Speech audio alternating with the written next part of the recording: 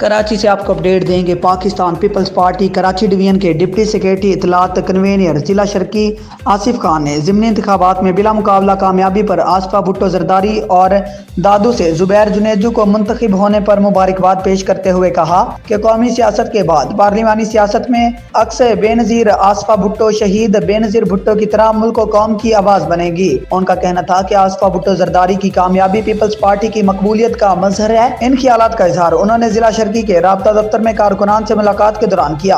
आसिफ खान ने कहा कि NA 207 के ज़िमनी इंतखाब में आसफा भुट्टो जरदारी की बिला मुकाबला कामयाबी पीपल्स पार्टी की अवामी मकबूलियत का सबूत है।